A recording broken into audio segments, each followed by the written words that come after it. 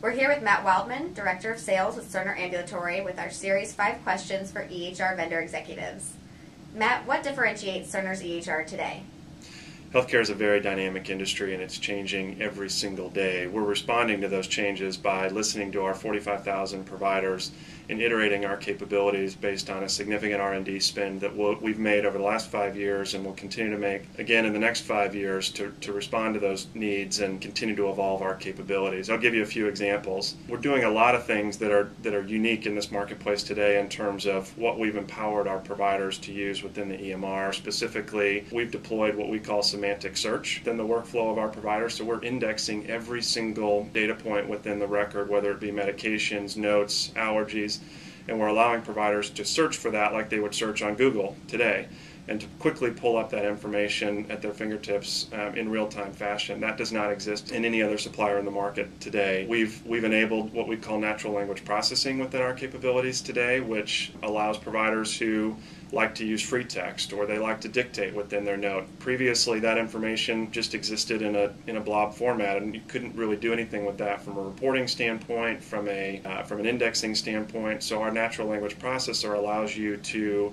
continue to document in those capabilities, but now that information's indexed. You can report against that, you can pull that up, and even more importantly, you can drive your charge based on that. So we're working with providers across the country that are able to code much more appropriately today because of the indexing of that information, and they're driving bigger top-line revenue into their organization because of that.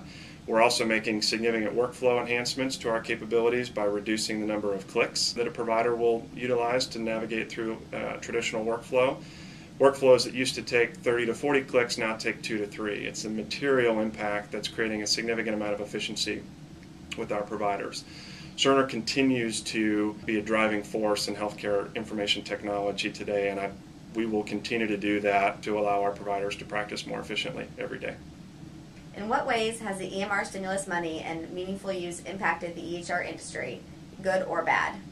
On the whole, it's been very positive for the industry at large. What it has done is it has created a significant number of new conversations with physician practices that are taking notice and looking around to see what EMR capabilities are available to them today. The other thing that it has done is created a consolidation effect of the 400 plus EMR vendors that exist in the market today, because the standards have emerged at a level that's high enough that's really making it very difficult for all of those EMR vendors to comply with. And so one of the most important things for a physician practice to consider as they're making an EMR decision is the long-term sustainability and viability of their partner. Cerner has been exclusively focused on healthcare IT for the last 34 years. Finding a partner that's going to be with you along this journey, not just to the point of conversion, but beyond, and really work with you to help optimize your workflow and embark on this journey together, we are the best fit in this marketplace for those partners today.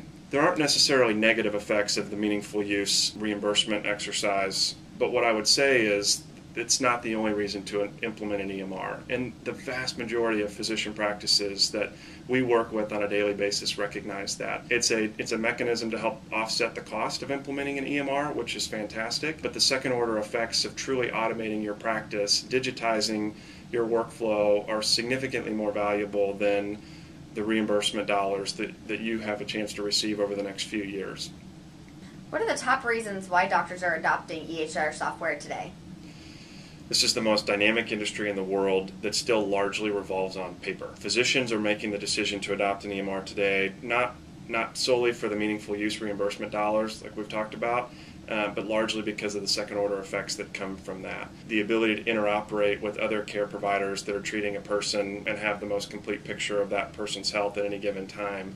The ability to comply with reimbursement models, emerging reimbursement models, and other payment reforms that are coming down the pike largely revolves around an automated practice and a digitized workflow. And providers want to provide the best patient care they can at any given time, and to do that, you need the ability to have the most recent medical research at your fingertips as you're treating the patient. All of those things cannot exist without a digitized workflow, and that is largely why providers are making the decision to adopt an EMR today. What are the main reasons physicians are not adopting EHR? There's a great quote that I love: that people fear change more than they fear death itself. And the journey from changing your practice from a paper-oriented workflow to an electronic medical record can be daunting. Some of the concerns that I hear are around price point, or around increase in time spent with the documentation exercise while they see patients, all of those things. What we've done as a partner of our clients is work with them and leverage the best practices of thousands of implementations across the country to help mitigate those challenges. Certainly there are mechanisms to help offset the cost of implementing the technology, and in terms of navigating the workflow in a way that's going to keep your throughput whole, that's what we've done around our implementation process to guide our partners through that in a way that makes them very savvy with the technology at the point of go live, so that we're not reducing the workflow of their practice as a go live experience ensues. That's not the ultimate goal of our journey, though, by any means. Conversion is just another milestone along the way. We spend a significant amount of time with our partners working with them post-conversion to ensure that they continue to use the system in its optimized capacity. So there are concerns that we recognize, and we're sensitive to those. By and large, we have been successful at managing through those and ensuring that our clients are very successful along the way. What will differentiate Cerner's EHR 5 years from now? Cerner has a strong focus in the ambulatory market, and that will continue to differentiate us in the future. Healthcare is entirely too important to stay the same. We will differentiate ourselves based on our focus on innovation and iterating the capabilities of our technology. Cerner will spend $1 billion in the next 5 years on research and development, largely focused on the physician experience and managing the workflow and the efficiencies and allowing them to do what they do best, and that's practice medicine and treat their patients in the best way possible.